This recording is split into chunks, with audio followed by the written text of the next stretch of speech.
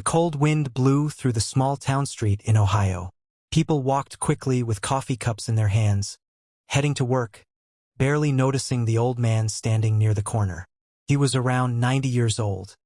His gray beard was messy, and his hands were shaking from the cold. In front of him was a small cardboard sign. Asterisk asterisk, my grandpa is selling me only $4.10. Please help. Asterisk asterisk. Most people thought it was a strange joke. Some laughed quietly and kept walking. Others avoided eye contact. But the truth behind the sign was heartbreaking. The old man's name was George Miller. He had once been a proud mechanic who worked on motorcycles for more than 40 years. Harley engines, classic bikes, vintage restorations. George knew them all. But life had not been kind to him. His wife passed away years ago. His only son moved to another state and slowly stopped calling. Medical bills took the small savings he had.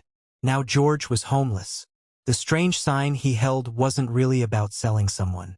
It was his broken way of asking the world if anyone still cared about an old man like him. Across the street, a young biker named Jake stopped his Harley-Davidson at the red light. The roar of the engine echoed through the street. Jake noticed the old man. At first, he thought the sign was a joke. But when he looked closer, he saw something deeper: loneliness. The light turned green, but Jake didn't move.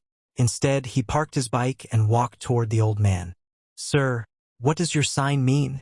Jake asked gently. George looked up slowly. "My grandson wrote it for me as a joke before he left," George said with a weak smile. "But I kept it because it gets people to look." Jake's heart sank. "When was the last time someone helped you?" Jake asked. George shrugged. "Maybe a few weeks ago." Jake reached into his pocket and handed George $20. But that wasn't the end of the story.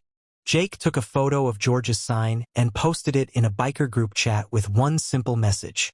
Asterisk asterisk, this man worked on bikes his whole life. Today he's standing alone.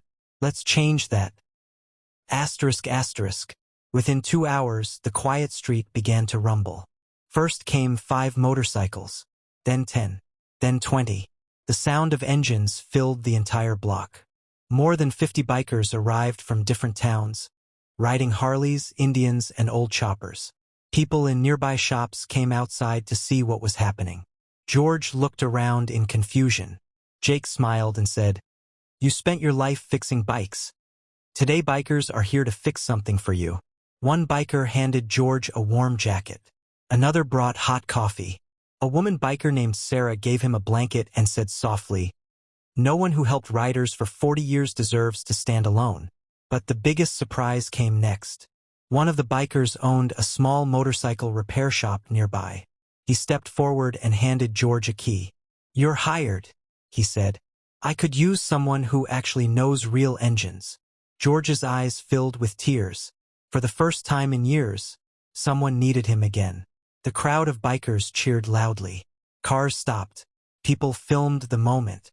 Within hours, the story spread across social media.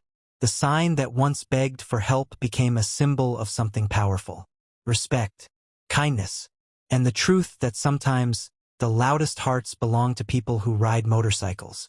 As George sat on a Harley later that afternoon, surrounded by new friends, he whispered something Jake would never forget. "Today, I wasn't sold for $10. Jake smiled. "No, sir," he said. "Today you were priceless."